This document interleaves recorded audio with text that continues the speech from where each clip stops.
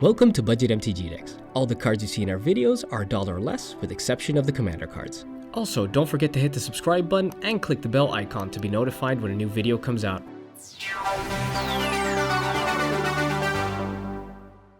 Hi and welcome to another episode of Budget MTG Decks. I'm David and today we're going to be looking at one of the 2019 pre-constructed commander decks, and today we're going to be looking at the deck called Faceless Menace. And not only are we going to be reviewing the deck, so out of the box, how it is, what the cards are in there, whether good or bad, but we're also going to be giving you upgrade suggestions up to $25. It's going to be around 14, 15 cards usually. For all these decks, we're going to be doing this, and we're going to be upgrading it up to $25. So if you are new to the game, you just bought this new or you're looking to buy it, have a look at the review as it's going to follow. And if you just want to look at the upgrade suggestions, then skip over to the end of the video where we're going to be looking at only the upgrade suggestions. So today we're going to be looking at, as I said, Faceless Menace. This is a blue, black, and green deck, also known as a soul tie deck. And at the helm we have a Kadena Slinking Sorcerer for 1, a black, a green, and a blue. We have a legendary Naga Wizard, and she is a 3/3. Her abilities are as follows. The first face down creature spell you cast each turn costs 3 mana less to cast, and whenever a face down creature enters the battlefield under your control, draw a card. So essentially what this says is every single turn we're going to be playing a morph or megamorph cost creature face down for free, and additionally we're going to be drawing a card. That is basically what it says. So the strategy of the deck is very simple. It's basically built around morph, megamorph, and manifest cards, playing 2/2 creatures. People don't know what you're playing. You can turn them over instant speed. You're going to be attacking with these 2/2s. People don't really know what to expect because you can turn them over faster than instant speed, so people can't react to you flipping them over, paying the cost and flipping them over. So it makes it very difficult for people to block.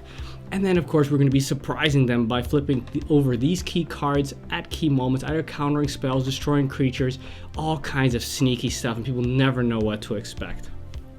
The price of this deck, well, that differs depending on where you get it, obviously, but we do have the price for the upgrades, and that is we used in this case 15 cards, and we upgraded, counted everything up to the moment. Right now it's about $25, a little bit less, but of course these prices fluctuate as cards become more or less popular. If you want to buy this pre-constructed deck or the upgrades, please use the link in the description.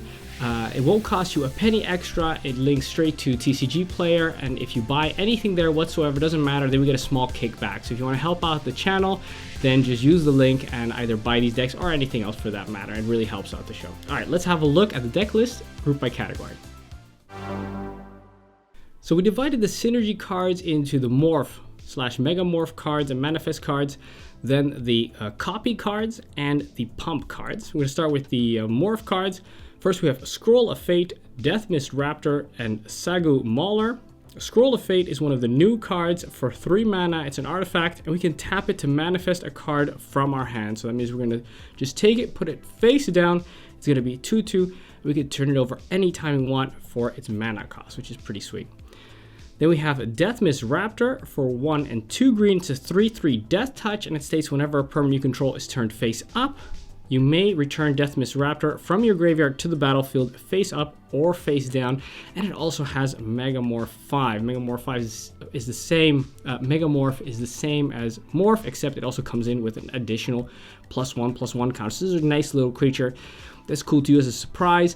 And of course, to block or to attack with the Death Touch means guaranteed destruction for the opponent's creature, and it's nice that we can return it back from their graveyard to the battlefield, which also means it's reusable. Sagu Mauler, that one costs a whopping 6 mana. It is a 6/6 Trampler Hexproof with Morph for 3, a green and a blue, so for 5 mana we can flip it over. It is a nice little surprise when when you attack with your 2/2, you turn into a 6/6 Trampler with Hexproof. Very difficult for people to deal with, although it doesn't do much more than that. Then we have a Hooded Hydra and Thelonite Hermit. The Hydra costs X and 2 green. We get a 0/0 Snake Hydra, but it does enter the battlefield with X +1/+1 counters on it.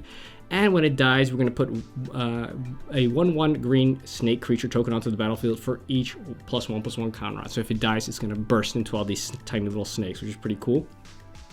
Also, it costs 5 to morph it. So if we played it for 3 face down, and then we can morph it back up for 5 to turn it. And then when it does, it's going to get 5 +1/+1 counters on it. So in that case, it's going to be a 5/5. The Thelonite Hermite costs 3 and a green. So for 4 mana, it's a 1/1 Elf Shaman. Sapperling creatures get +1/+1. The morph cost is 5, and when it is turned face up, we're going to create 4 1/1 green Sapperling creature tokens. So these things, of course, are going to be 2/2s. It's going to create 4 2/2s in essence, which is very, very strong, especially for the cost for playing it for 3, and then as a surprise, turning it over for 5 mana, creating those 4 2/2s, which is going to be very strong. So these are some nice little token creators that the deck has. Then we have some very expensive morph cards. We got Thieving Amalgam and Ghastly Conscription. Both cost 7 mana. The Thieving Amalgam is a 6/7 Ape Snake. Now there's some bizarre combination, not only in power and toughness, but also in creature type. But it states that at the beginning of each opponent's upkeep, so that's everybody's upkeep, well, every opponent's upkeep, we're going to manifest the top card of that player's library. So their library, we're going to take the top card face down and put it under our control as a 2/2 creature, which is very interesting. And whenever a creature you control but don't own dies, its owner loses 2 life and you gain 2 life. So as this creature is on the battlefield, we're going to be taking basically cards from the top of our opponent's library. They're going to be 2/2s. Naturally, we can turn them face up for its cost if we want to. Of course, if we don't have the correct mana, then we cannot. But still, even if these would die, then it's going to be dealing damage to our opponent, and we're going to be gaining life. So it's going to be draining our opponents, which is actually going to be very strong later on in the game. Ghastly Conscription, also very expensive. Exile to sorcery. Exile all creature cards from target player's graveyard in a face down pile. Shuffle that pile, then manifest those cards. So we're going to be taking all the creature cards, shuffling, putting them on the battlefield as 2/2s. We can see what it is. Other people don't know what it is. And of course, we can pay their converted mana cost to be able to flip them over again, should we have the correct colors, obviously. So this is very nice, especially when it's later on in the game. Everybody's got a lot of creatures in the graveyard. Take the person who's got the most creatures, bam, you take all of that stuff, and yeah, just attack them with 2/2s as well. It's not even that bad.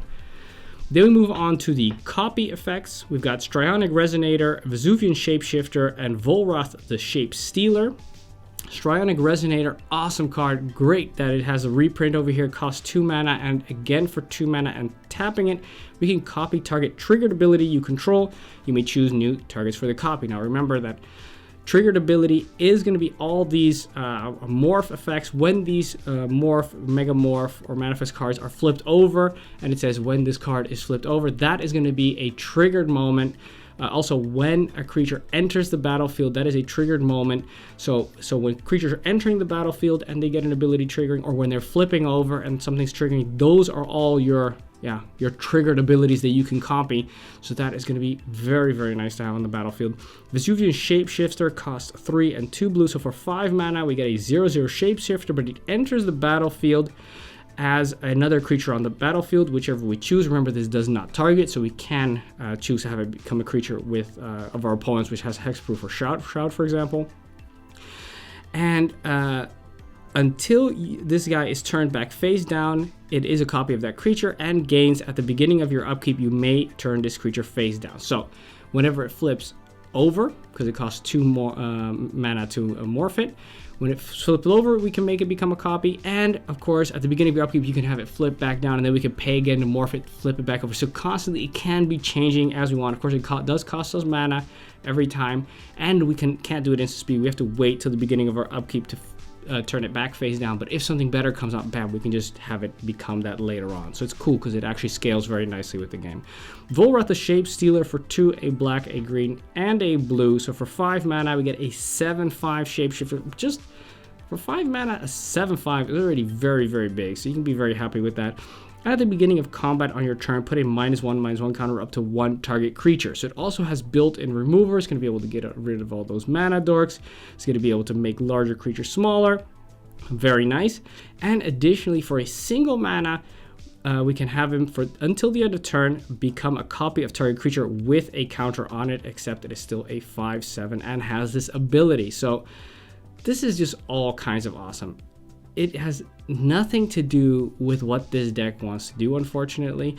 Same kind of with the Vesuvian Shapeshifter. These two cards, awesome, nice, make copies of good stuff. Volrath is removal, and it also allows us to have it constantly be the creature with the best ability, but still have probably one of the best bodies on the battlefield as well. It can change that instant speed whenever it wants, and it doesn't have to be a creature with a -1/-1 counter. It could be any creature with any counter on it. It can become a copy. Beautiful card. Does it have a good fit in this deck? I don't think so, but it is still very, it's just a very fun, good card. Okay, then we move on to the pump spells. We've got Biomass Mutation, Overwhelming Stampede, and Great Guardian. These cards are in here. The theory is, I think, that you're going to be playing lots of 2/2s, so then you're going to be attacking with those, and then it's fun to make those 2/2s bigger. I think there's probably better ways of doing that, but let's see the cards that they put in. Biomass Mutation for X and 2 hybrid green mana. It's an instant, and then creature you control become XX until the end of turn. Naturally, you're going to have to start paying at least 4 mana before this becomes anything better than, makes your 2/2s better than what they were.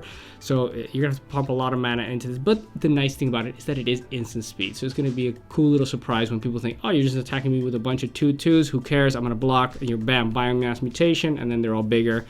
Yeah, you got to have a lot of mana open, and people will probably see that coming. But it's nice that it's instant speed.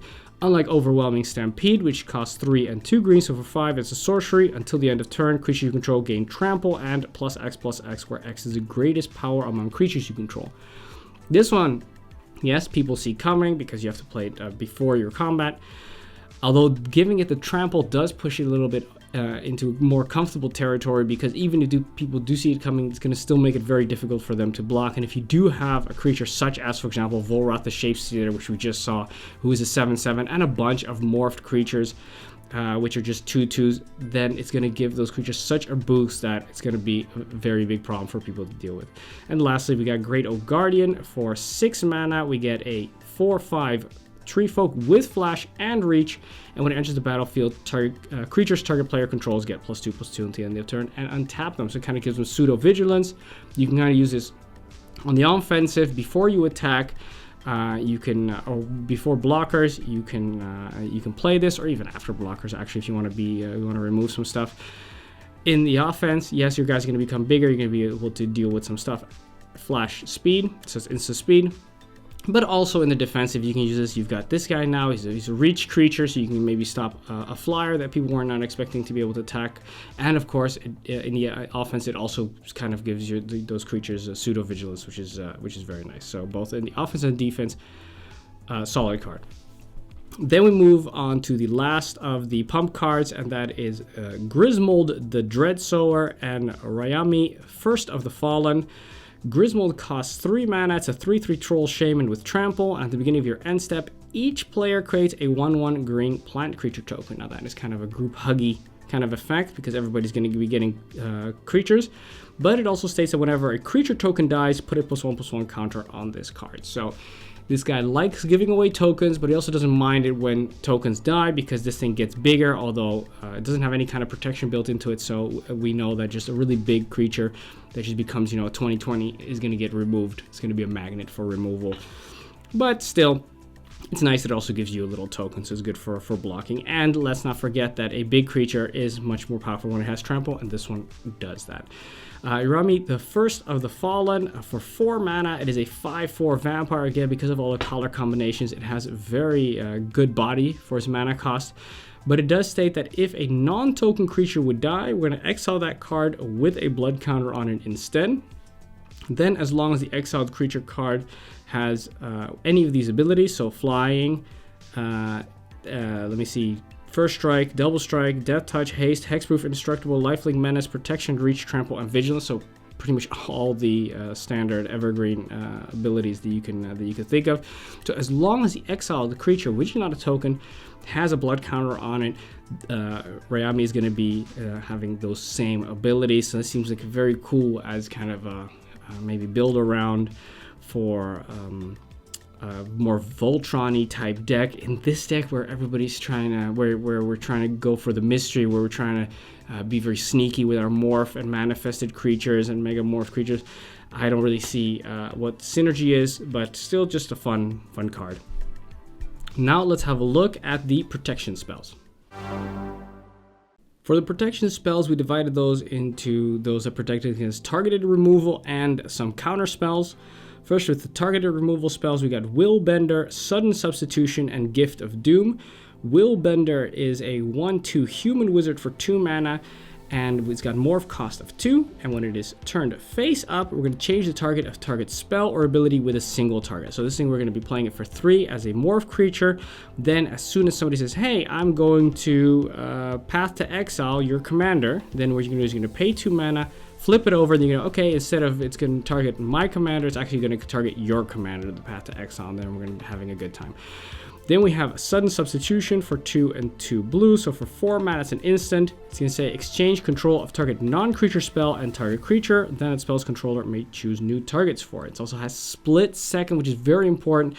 As long as the spell's on the stack, players can't cast spells or activate abilities. So basically what it says is people cannot respond to this. It's faster than instant speed, basically. So what's going to happen is somebody's going to say, hey, I'm going to path to exile your commander. And then what you're going to say is you're going to play Sudden Substitution. People can't respond to that. Then what you're going to do is I will take control of that non-creature spell, your path to exile. And what I'm going to do is I'm going to give you this token that I have, this 1/1 snake token, for example. And then you can have that, but I will use it to destroy your commander, which is very nice.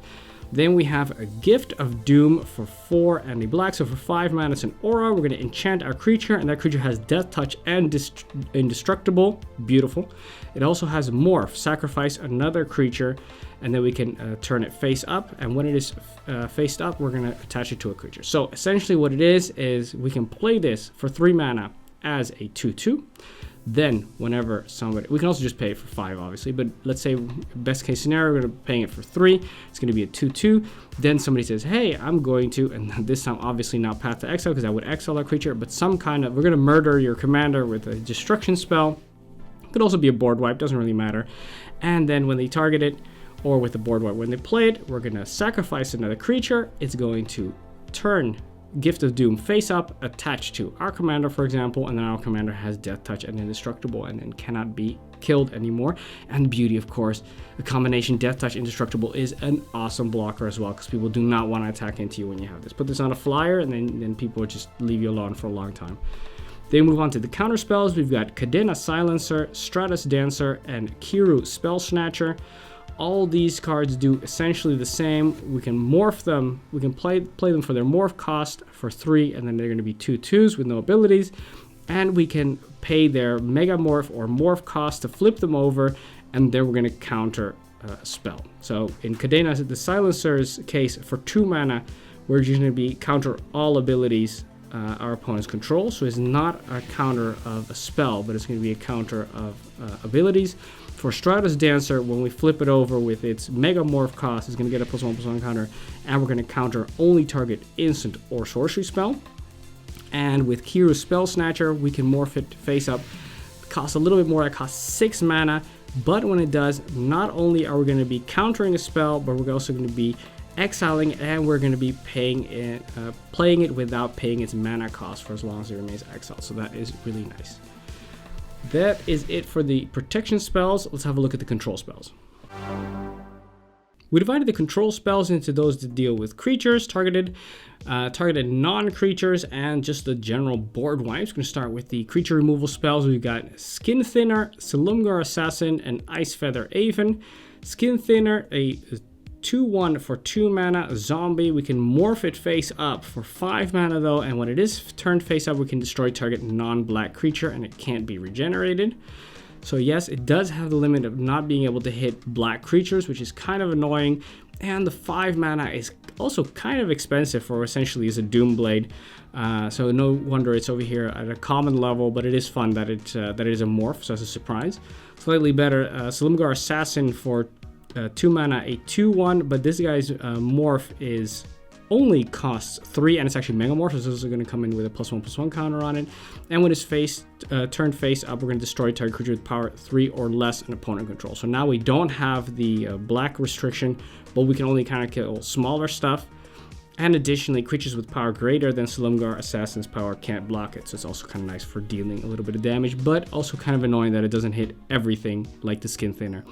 Then with the Ice Feather Aven, 2 mana, 2/2, but yes, we're going to be morphing this obviously for 3 mana. It's also a flyer, and when it's turned face up, you may return another target creature to its owner's hand. So this doesn't kill anything, but it does bounce anything, and it gets around the restrictions of the other 2 cards. Then we have Mire in Misery and Chrome Shell Crab. Mire in Misery is a new card for this set, for this commander product. For 2 mana, it's a sorcery. Each opponent sacrifices a creature or enchantment. Very nice. Costed, absolutely. It's an absolutely great cost. Usually we're going to be playing usually 3 mana for effects like this. So for 2 mana, this is beautiful. And additionally, it also states has to sacrifice an enchantment, and black does not usually have access to stuff that makes people get rid of enchantments. So this is it's going to be a very popular card, I think, in decks that maybe mono black, because they're restricted in their abilities to deal with enchantments. The problem with sacrificing, of course, is that people just, even if they have a couple of tokens or some useless creatures that they don't really need anymore, it's going to be very hard to really hit those targeted enchantments that you want to hit. Chrome Shell Crab costs 5, but we're going to be morphing it for 5. So first playing it for 3 and then morphing it up for 5 mana. And when it is turned face up, we can exchange control of target creature and opponent controls, and target creature we control and target creature and opponent control. So we're just going to be exchanging this guy with something else if you want, or maybe one of our tokens, and then we're going to get the best thing, and we're going to get the best thing, and they're going to get something crappy, which is very nice. Then we have Reality Shift, Leadership Vacuum, and Putrefy. Reality Shift, very strong card. Happy to see it reprinted for only 2 mana, instant speed, exile target creature. That is not an ability blue usually gets, so I'm very happy to see this card reprinted again. Unfortunately, its controller does manifest the top card of his or her library, so they get the top card becomes a 2/2 that they can turn over for its converted mana cost, but usually it's never going to be as good as the awesome thing that you exiled, and they're not going to be able to get that back. Leadership Vacuum, new card for this product for 3 mana. It's an instant. Target player returns each commander they control from the battlefield to the command zone, and they draw a card. So that is really, really annoying because it doesn't target either. It only costs 3 mana. It's instant speed, and it also is a cantrip when it draws a card. This is going to be a very popular card. Very nice. Putrefy, staple in Commander for measly 3 mana. Instant. Not only can we destroy target creature that can't be regenerated, but also we could hit artifacts if you want. So that is very versatile, very strong. Instant speed, 3 mana. Beautiful. Beautiful. Then the last of the 2 ones that deal with creatures, but they also can deal with non-creatures. We got Echoing Truth and Vraska the Unseen. Echoing Truth for 2 mana. It's an instant. Return target non-land permanent and other permanents with the same name as that permanent to its owner's hand. So it's a bounce spell, but it's especially strong against token players because we can target one of their tokens and they gotta bounce all those tokens, and they're going back to the hand, but then they're gone. So that is a really strong card against token players. And Vraska the Unseen for 5 mana, a 5 loyalty planeswalker. Her +1 is until their next turn. Whenever a creature deals combat damage to Vraska the Unseen, destroy that creature. So it's going to be already on the turn it comes in, it's going to be 6. And then if people try to bring it down, those creatures will die. And her -3 is destroy target non-land permanent, so that is going to be absolutely great. It's going to bring her down to 2 immediately, but any non-land permanent we can destroy it, which is very nice. And her -7 is put 3 1/1 black assassin creature tokens onto the battlefield with, whenever this creature deals combat damage to a player, that player loses the game. Now that is going to be absolutely brutal, being able to kill people with those 3 1/1 black assassin creature tokens.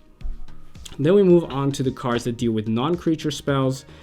Specifically, we've got Inok Survivalist, Nantuko Vigilante, and Soultide Charm. Inok Survivalist and Nantuko Vigilante, we're going to be playing them for their morph costs. And then we're going to be flipping them over for their either megamorph or morph costs, and then we're going to be destroying target artifact or enchantment. That is going to be very, very solid to get rid of all those mana rocks that people are going to be playing. Soultide Charm has a little bit more flexibility for 3 mana instant speed, destroy target artifact or enchantment. Yeah, great, that's what we're looking for, but it can also actually hit a mono-colored creature, and we can also draw 2 cards and discard a card. So it has extreme flexibility. Soultide Charm, perfect card for in this deck. Then we move on to the board wipes. We've got Bane of the Living, Ixidron, and Hex. Bane of the Living is a sweet, sweet card. So glad to see it again reprinted over here. It is a 4/3 for 4 mana, but actually we're going to be wanting to play it for its morph cost and then flip it over for X and 2 black. And when it is turned face up, all creatures get -X until the end of turn. So it is a beautiful, beautiful board wipe that gets rid of all the small creatures, and of course can also hit creatures that have indestructible. The downside of this is that, yes, no matter how small we try and do the -1/-1, because -X, if it becomes -2 or higher, it will hit all our morph creatures and manifested creatures, and those are all going to die, which is kind of annoying because they're 2/2s. So use this very carefully. Ixidron, beautiful card for in this deck. For 5 mana, it's going to come in and it's going to turn all non-token creatures face down. So it's really actually dually good because, number one, it turns all the great creatures that your opponents have, which aren't tokens, turns them into useless 2/2s, and all the 2/2s, all the morph and megamorph creatures that we had that we flipped over already, whose abilities we already used. Now with Ixidron comes in, we're going to turn them face down again, so we can flip them back over for their normal morph and megamorph costs, and then we're going to get their triggered abilities once again. So this is very nice, and additionally its power and toughness equal to the number of face down creatures on the battlefield. So it's also going to be quite a strong beater for the foreseeable future until those cards are flipped back over. And then we have Hex. For 6 mana, it's a sorcery, destroy 6 target creatures. This is, you could say, is this targeted creature removal? Is this a board wipe? Well, it hits enough creatures that we think, okay, let's put it in this category, although technically it is targeted creature removal because we do need to target 6 creatures. And as the flavor text already says, 5 is just not going to be enough. You do need to hit those 6. You can't hit 7, you can't hit 4. You need to hit exactly 6 target creatures, otherwise you can't play the spell. So make sure you have enough valid targets when you play this. Then we have 1,000 Winds and Apix Altissorn. 1,000 Winds for 4 mana. For 6 mana, it is a 5/6 flyer, but we're actually going to want to be playing it first for 3 and then flipping it over for a whopping 7 mana, because when it's turned face up, return all other tapped creatures to their owner's hand. So when somebody just did a nice brutal attack, then we're going to flip it over in their combat phase. So then we don't take any damage from the combat, and all those creatures are bounced again. Although it is a whopping 7 mana, which you do need to keep open, which is not going to be always very easy to do. And the Apix Altissorn is a new card for a whopping 9 mana. This thing costs a ton. It's a 10/10. When it enters the battlefield, it's going to fight up to 1 target creature you control. And it has Enrage, which means whenever it's dealt damage, it fights up to 1 target creature you don't control. So it's going to come in. And then we're going to say, okay, first thing we're going to do is we're going to fight with that small creature. Bang, they fight. That creature deals damage to Apix Altissorn. That means that Enrage triggers. So you say, okay, I'm going to fight against that other small creature. And then they fight each other again. And he takes damage. And then he's going to do it again. So basically, we can use this as a board wipe by having it fight a lot of small creatures or a few larger creatures. And just make sure that before it takes the full 10 points of damage, you stop. And it is optional. So you don't have to. All right, because it says up to 1 target creature, so it doesn't have to. You don't have to keep having it fight until it dies. So that's good to remember. All right, that is it for the control spells. Let's have a look at the card advantage spells. We divided the card advantage spells into those that draw spells and those that allow us to recur cards from the graveyard. First, for the card draw, we got Secret Plans and Grim Horror Specs. Secret Plans. Yeah, this card had to be in here for 2 mana. It's an enchantment. Face down creature you control get +0/+1. Okay, meh, not that great. Okay, so they're 2/3s now. Not too fantastic. But whenever a permanent you control is turned face up, draw a card. Great, awesome. So now with this on the battlefield and our commander, whenever we play one of our face down morph creature, we're going to draw a card, and when we flip it over, we're going to draw a card again. That's going to be great card advantage. And Grim Horror Specs, not only is it a morph creature, so we can flip it over for a single black. Usually, you can just play it as just for 3 as a 3/2. And whenever another non-token creature you control dies, draw a card, which is nice because we've got a lot of morph creatures. These are all non-token creatures, and when they die, we're also going to be drawing a card. So we play them, we draw a card. We flip them over, we draw a card, and when they die, we draw a card. Perfect combination right there. Then we have Tezzeret's Gambit, Thought Sponge, and Voice of Many. Tezzeret's Gambit costs 4 mana, but one of those mana can be paid for with 2 life. It's going to say, draw 2 cards, then proliferate. I'm not quite sure why they put this card in here. Yes, you can, for 3 mana and 2 life, you can draw 2 cards. The proliferate, there are a few cards that have counters in this deck, but it's not really a deck that cares about counters or proliferate for that matter, so it's kind of a curious inclusion. Thought Sponge for 4 mana, it's a 1/1 flash creature, and whenever it enters the battlefield, it's going to enter with +1/+1 counters equal to the greatest number of cards an opponent has drawn this turn, and when it dies, we're going to draw cards equal to its power. So essentially, you're going to have to hope that you're going to have to keep your mana open, then hope that somebody's going to be drawing more than 1 card per turn. Then we're going to play it flash, it's going to come in with extra counters, then we got to hope that we can kill it or let it die so we can draw those cards. Seems like kind of a lot of hoops to jump through just to draw a few cards. Then we have Voice of Many for 2 and 2 green, so for 4 mana, it's a 3/3 Elf Druid, and when it enters the battlefield, draw a card for each opponent who controls fewer creatures than you. This is a morph and a manifest kind of deck. Yes, we're going to have a few creatures. Are we going to have more than the token players? Absolutely not. Is it a deck that is really heavy on playing lots of creatures very quickly? It might have a few more, but to be able to consistently have more creatures than everybody else so that you can get those, max 3 cards seems kind of like a lot of hoops to jump through for 4 mana as well. So I'm not also sure why this card is in here. Then we move on to Explore and Urban Evolution. They're very similar cards. We're going to be drawing cards and we're going to be playing additional lands. With Explore, we draw 1 card and we can play 1 additional land. And with Urban Evolution, we're going to be drawing 3 cards and playing an additional land this turn. Solid, draw, and also ramp. Then we have Pendant of Prosperity and Bounty of the Luxa. Pendant of Prosperity is a new card. It's an artifact for 3 mana. When it enters the battlefield, it's going to enter the battlefield under the control of an opponent of our choice. So we're not going to get it. We're going to give it to somebody else. So this is actually great for those Zedru players. And it also says for 2 and then tapping it, draw a card, and then you may put a land card from your hand onto the battlefield.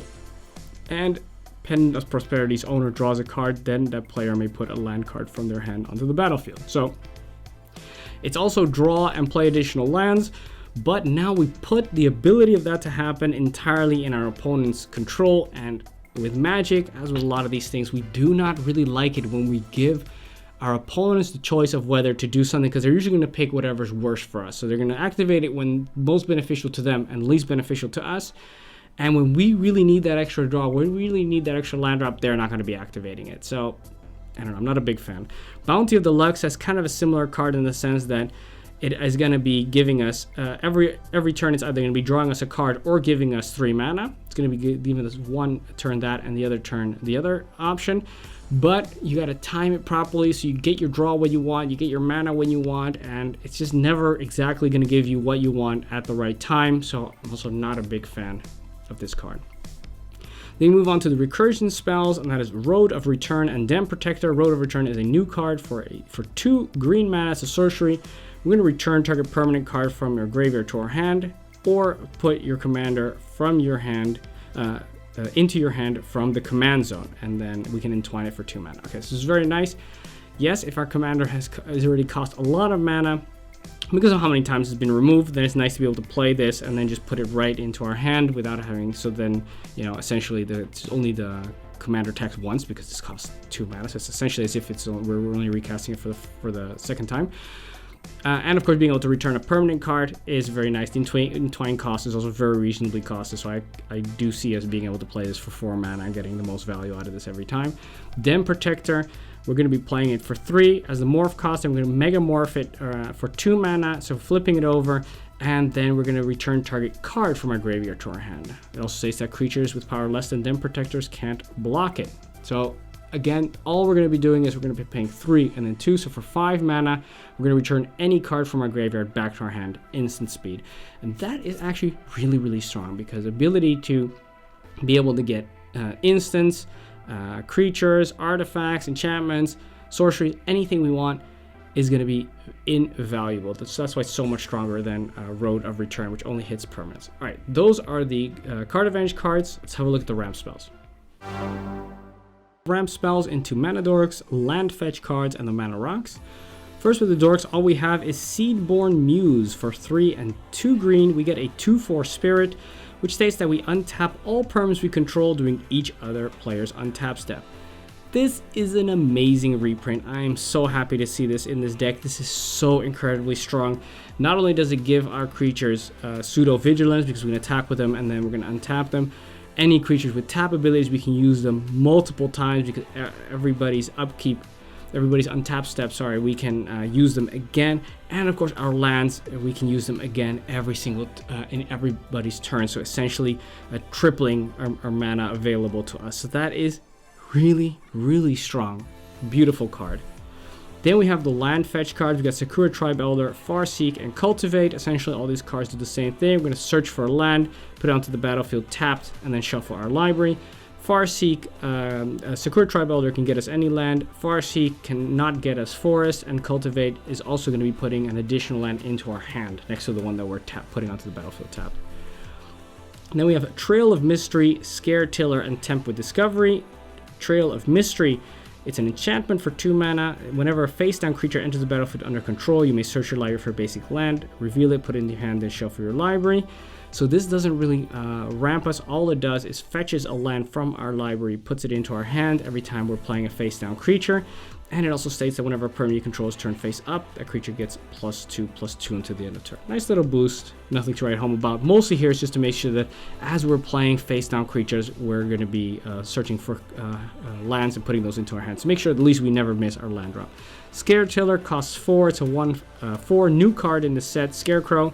Whenever it becomes tapped, we can either put a land from our hand onto the battlefield tapped, or we can return a land card from our graveyard to the battlefield tapped. So it allows us to play an extra land per turn, which does come in tapped, but it needs to become tapped for that, which means of course it also puts it in potential danger of getting blocked and killed. Tempt with Discovery costs 4 mana. It's a sorcery. We're going to search our library for a basic land card, put it into the battlefield, not tapped, so this one's going to go straight onto the battlefield. But for each opponent who also does the same, every opponent gets to do the same thing, we're going to do it again. So if everybody does it, let's say we're playing with 4 people, us included, we play it once, and then the other 3 people also choose to do it once, then we actually get 4 lands, they only get 1, which is amazing. So when we're playing it, we want people to play like that, but when somebody else plays this card against us, remember, all opponents should never make use of this, so that they're essentially paying 4 mana for a single land, and that is not really that great. Then we move on to the last cards of the ramp. That's the Mana Rocks, Soul Ring, and Thrawn Dynamo. Is it possible for Wizards of the Coast to print a commander product now which does not include Soul Ring? I don't think it's technically possible for them anymore. It is a card that's still over $1. Doesn't matter how many times they throw it in. It is simply, it's banned in pretty much every other format. Soul Ring for 1, comes in turn 1, tap it, gives us 2 colorless mana, and those 2 colorless mana we can use for a Signet, for example, and then we have so much mana available to us. And this deck doesn't have the Signets, but basically it shows how powerful turn 1 Soul Ring can be, and it is in here. And Thrawn Dynamo does cost 4 mana, a little more expensive, but gives us 3 mana. Very solid card, and of course you can use it on the turn that it comes in. So essentially it only really costs you 1 mana, which is also very, very strong. All right, that is it for the ramp cards. Have a look at the lands. So Wizards of the Coast divided the mana base into 5 islands, 3 swamps, 7 forests, and 25 non-basic lands. We're going to go through these lands kind of rapid fire. We got Golgari Guildgate, Foul Orchard, and Simic Guildgate, all come in tapped, but give us the option of 1 of 2 colored mana. Then we have Woodland Stream, Thornwood Falls, and Jungle Hollow, all come in tapped. Also give us an option of 1 or 2 colors, but the last 2 cards also gain us a life when they come in. Then we have Yavimaya Coast and Llanowar Waste. These ones do not come in tapped. Can tap for a colorless mana, but they can also give us 1 of 2 different colors, but then it does deal 1 damage to us. Then we have Darkwater Catacombs and Sunken Hollow. Darkwater Catacombs is a filter land, which can filter a regular 1 mana of any color into blue and black, which is very nice. And Sunken Hollow is going to be coming onto the battlefield tapped unless we control 2 or more basic lands. Then we have Dimir Aqueduct, Golgari Rot Farm, and Simic Growth Chamber all come in tap. We have to bounce one of our lands, but after that, these things tap for 2 mana of 2 combinations of colors. Then we have Opulent Palace, Exotic Orchard, and Command Tower. Opulent Palace gives us 1 mana of any color that we use in this deck. Exotic Orchard can produce mana of a land an opponent controls could produce. That's pretty much always going to be any color as well. And Command Tower is going to be the same as our Opulent Palace because it's going to give us mana of any color of our commander's color identity. Then we have Bajuka Bog, Thespian Stage, and Reliquary Tower. Bajuka Bog comes in taps for a black, but exiles all cards from target's player's graveyard. Beautiful card. Very happy to see this card reprinted again. Solid. Every black deck wants this pretty much. Thespian Stage comes in. It gives us a mana of any. Gives us a colorless mana, but for 2 mana and tapping it, we can have it become a copy of target land, except it still has this ability. And Reliquary Tower taps for a colorless, but states that you have no maximum hand size. Then we have Ash Barrens, Shrine of the Forsaken Gods, and Temple of the False Gods. Ash Barrens taps for a colorless, but it also has basic land cycling for 1, and that's the reason why this card is so valuable, because when we have this in our hand, we can pay 1 mana and discard it to search our library for a basic land card and put it into our hands. So it's nice when we're searching for a particular land. Shrine of the Forsaken Gods taps for a colorless, but it can also tap for 2 colorless if we're playing colorless spells. So remember that whenever we're playing that morph or megamorph creature face down, it's going to cost 3, and these creatures are going to be colorless with no abilities, which means that it basically reduces their cost by 2, which is very nice. And Temple of the False God also taps for 2 colorless, but we can only use this if we control 5 or more lands. Then finally we have Myriad Landscape, Evolving Wild, and Terramorphic Expanse. These ones can all be tapped and sacrificed to search for basic lands. Myriad Landscape costs 2 mana, but we're going to search for 2 basic land cards that share a land type, so it's got to be the same land type. Putting onto the battlefield tapped, and Evolving Wilds and Terramorphic Expanse can tap and be sacrificed immediately for a basic land and put it onto the battlefield tapped. That is it for the lands. Now let's have a look at the upgrades for this deck. So now we've arrived at the upgrade section of the video. We've given ourselves liberty of about 15 cards and around $25 to upgrade this deck. And we're going to be showing you the cards that we thought we should put in and some suggestions of cards that you could take out. So the cards that we want to put in are Vivian, Champion of the Wilds, Muraganda, Petroglyphs, and Temur Sabertooth. Vivian, Champion of the Wilds costs 2 and a green. It's a 4 loyalty planeswalker. It states you may cast creature spells as though they had flash, and until your next turn, up to 1 target creature gains vigilance and reach. And her -2 is look at the top 3 cards of your library, exile 1 face down, and put the rest of the bottom of your library in any order. For as long as it remains exiled, you may look at that card and cast it if it's a creature card. Okay, so why is this card in here?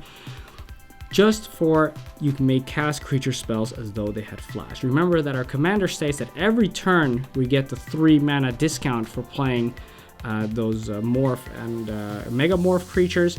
Now with Vivian on the battlefield, we can do that in our opponent's turns as well, because it doesn't say that it has to be our turn. In every turn we get that discount. So as long as we have flash, we can play a morph or megamorph creature in every one of our opponent's turns and our own turn for free. It's going to be a great advantage. And the other abilities are just going to be gravy right there, giving up to 1 creature vigilance and reach. Yeah, that's fine. But just the beauty of this coming in so early and being able to really empty our hand of all the morph and megamorph creatures. And remember that whenever we play one of these morphed creatures with our commander, we're drawing a card as well. So the chance that we run out is going to be very small. We're taking out a Griswold the Dreadthrower. Yes, fun card, cool, maybe even nice to build a deck around. But the fact that it is just going to be a really big creature that gives our opponents tokens is not really what this deck wants to do. So we took it out. Then we have Muraganda Petroglyphs for 4 mana. It's an enchantment. Creature with no abilities get +2/+2. This thing comes in. It's very cheap. All the morphs and manifested creatures, they're not going to have any abilities when they're face down, which means they're all going to be 4/4s instead of 2/2s. Actually, pretty chunky, and added benefit of being able to attack, deal a lot of damage with these 4/4s, and people were terrified to have them turn over because they don't know what they're going to see, what's going to happen. So it's going to be really speeding up your game plan right there.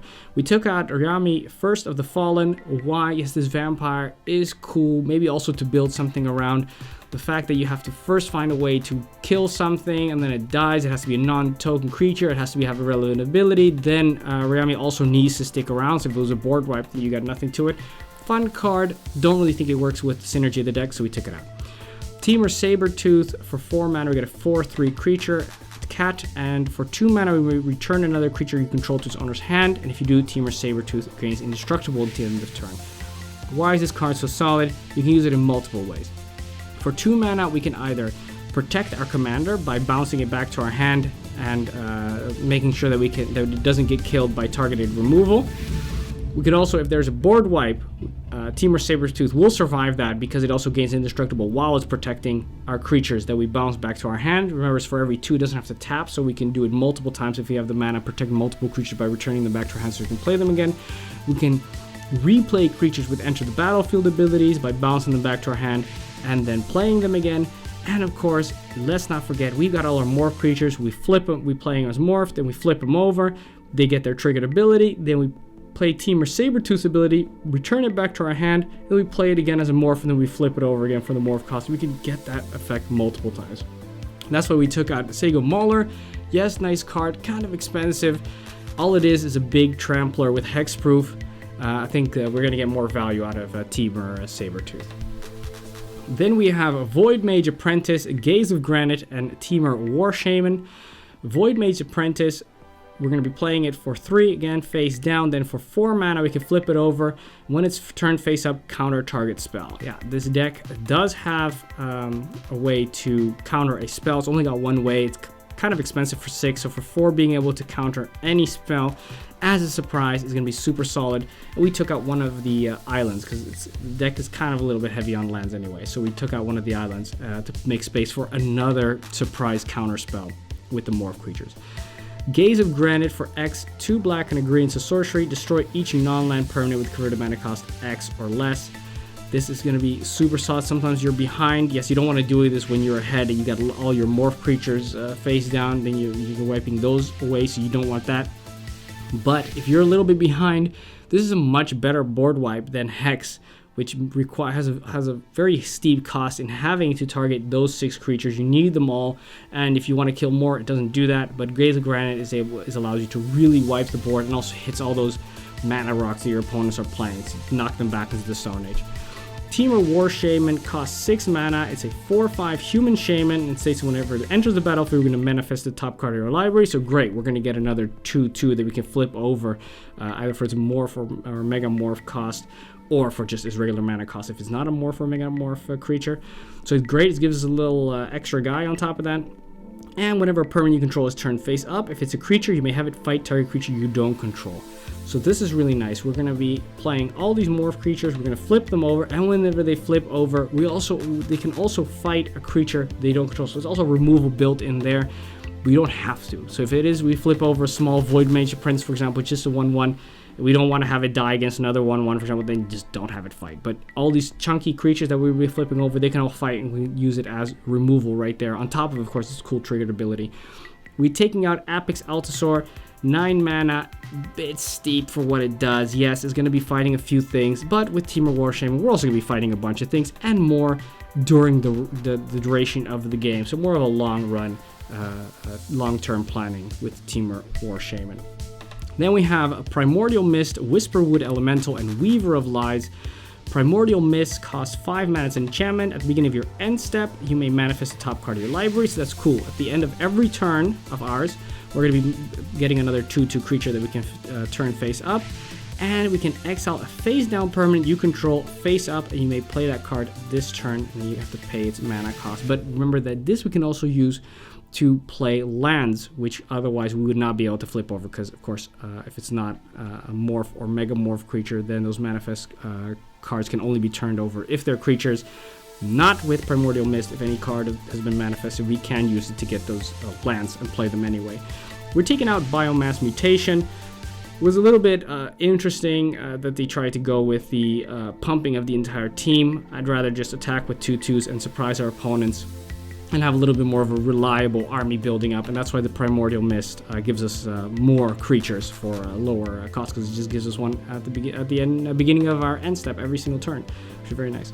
Then we have Whisperwood Elemental for 3 and 2 green. So for 5 mana, we get a 4/4 at the beginning of your end step. Manifest the top card of your library. Hey, look at that. Very similar. Good. So Primordial Mist and Whisperwood Elemental kind of on the same page. We're going to be giving us all these free creatures all the time. And we can also sacrifice this creature, and then until the end of turn, face up a non-token creature you control gain. When this creature dies, manifest the top card of your library. So this is a beautiful insurance against board wipes. We're going to be playing our manifested and morph creatures, our face down creatures. We've got lots of those, but when we flip them over, we're going to have our nice chunky powerful creatures. Should somebody wipe the board, for all those regular chunky creatures, we're going to be getting another manifested creature, another 2/2 with no abilities, and those again we can flip over. So it's going to be really hard to get rid of us. And we're going to take it out. Overwhelming Stampede, costs the same. Yes, that's a nice little pump, but I'd rather just have more creatures than just pumping them one time and having more reliable source of 2/2s that we can flip over and get some extra cool abilities than just having a one-time Alpha Strike. Then we have Weaver of Lies for 5 and 2 blue, so for 7 mana, it is a 4/4 beast. Normally, of course, we're just going to be playing it for 3 and then flipping it over for its morph cost, which is 5. And then when it's turned face up, return any number of target creatures with morph other than Weaver of Lies face down. So this is a very nice card which we can use to reuse all those morph abilities of our creatures once we flip them over. So we play them. We play our regular creatures. They're going to be morph creatures. Then we flip them over, we get their triggered abilities, and then we're going to have a board filled with just regular creatures that don't really do anything anymore because their triggered abilities has been used. And then Weaver of Lies comes in, we morph it for 5, bam, we turn all those other creatures back face down, and we can turn them back up again for their morph cost, and then do the whole thing all over again. And for this one, we took out Great Oak Guardian again. Just a little pomp surprise. I don't really think that's what this deck wants to do. I think we want to be really focusing on the manifest morph and megamorph creatures and get as much value out of those surprises as possible.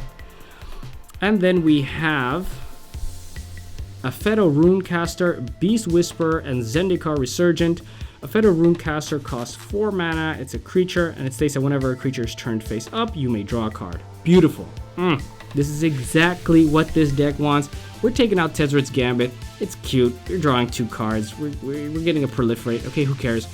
How about a wizard that states that whenever we activate one of our morph or megamorph creatures, or even, you know, just turn over a manifest card, we're going to be drawing a card. Yes, beautiful, perfect. Way more reliable, way more valuable. Then we have Beast Whisperer. For 4 mana, we get a 2/3. Elf Druid, it states whenever you cast a creature spell, draw a card. Hey, great. Isn't that wonderful? Every time we play that free creature at the beginning of our turn because of our commander, we're going to be drawing 2 cards. Awesome. Beautiful. What's not to love about that? And let's get rid of Thought Sponge, which was already kind of a lot of hoops to jump through to draw cards anyway. I think Beast Whisperer is going to be serving us a little bit better there. And then we have Zendikar Resurgent, a whopping 7 mana for an enchantment. This thing better do a lot because this is expensive. We don't really like cards to be this expensive. It's an enchantment. States whenever you tap a land for mana, add 1 mana to your mana pool of any type that land produced. Oh, doubling our mana from our lands. That is pretty sweet. And guess what? Whenever you cast a creature spell, draw a card. That is also very, very nice. So how about we put together doubling our mana and drawing extra cards into 1 card? Yes, this is absolutely beautiful. Let's get rid of Voice of Many instead of that. It was already kind of precarious in the sense that we don't really know how many cards we're going to be drawing, and Zendikar Resurgent is going to be doubling our mana and drawing us cards at the same time, which is beautiful. Then we move on to the last of the upgrades. We got Obscuring Ether, Dream Chisel, and Ugin the Ineffable. Obscuring Ether for a single green. It's an enchantment. It says face down creature spells you cast cost 1 less to cast. Awesome, great. We already got the first discount from our commander. That one, we're playing 1 for free, and then the next ones are all going to be only cost us 2 mana to play a 2/2. Very nice. And for 2 mana, we can turn Obscuring Ether face down to turn it into a 2/2 should we want to. Probably not going to be using that, but it doesn't matter. We're already getting that sweet discount. And let's get rid of Pendant of Prosperity. That was already a card that was kind of dubious in the sense that we put too much power into our opponent's hands. So let's just use it as a great discounter instead by putting in Obscuring Ether. Then we have Dream Chisel for 2 mana. It's an artifact. Says face down creature spells you play cost 1 less to play. Okay, great. Same as Obscuring Ether, a little bit more expensive now in the form of an artifact. So obviously we want this one as well to make those Morph and Manifest creatures, Morph and Megamorph creatures, sorry, as cheap as possible. And let's get rid of Scared Tiller, which doesn't really mana ramp us in any way because we gotta wait till it's able to attack, and then it still needs to be able to attack without it dying. Otherwise we only really got one hit out of it. It's kind of an awkward card. So let's put in Dream Chisel. Let's get a nice little discount there. And lastly, Ugin the Ineffable for 6 mana. Yes, it's very expensive, this Planeswalker.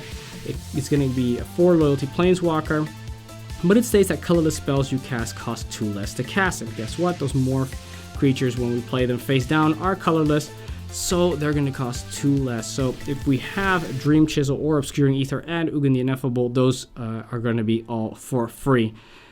That is going to be very strong. It also has a +1, exile the top card of your library, face down, look at it, create a 2/2 colorless spirit creature token. When that token leaves the battlefield, you may put that card into your hands. It's kind of also got that Manifest theme and Morph theme going on right there. And for -3, destroy target permanent that's 1 or more colors. This also got built-in removal. Beautiful card. Let's get rid of Bounty of the Luxa, which is also one of those cards we discussed that kind of gives you either mana or card draw, but never really probably when you need it. So let's get rid of that, and let's spend a little bit more on Ugin, which is going to be giving us so much value by making stuff very cheap. That is it for the upgrades that we thought would be great for this deck. Thank you very much for joining us. Let us know in the comments below which cards did we miss, which other cards would make great upgrades. What if you would have more than just the $25 to upgrade? Which cards would you suggest? Let us know in the comments below or via social media, Instagram, Facebook, Twitter, at Budget MTG Decks. Let us know there. Thank you very much for watching. I'm David, and this was Budget MTG Decks. Find all the cards discussed in this video in the description below. Also, show you're a fan of the channel by rocking this awesome Budget MTG Decks merchandise. This show was made possible by the support of our loyal patrons. Head on over to patreon.com/budgetmtgdecks and donate as little as $1 per month.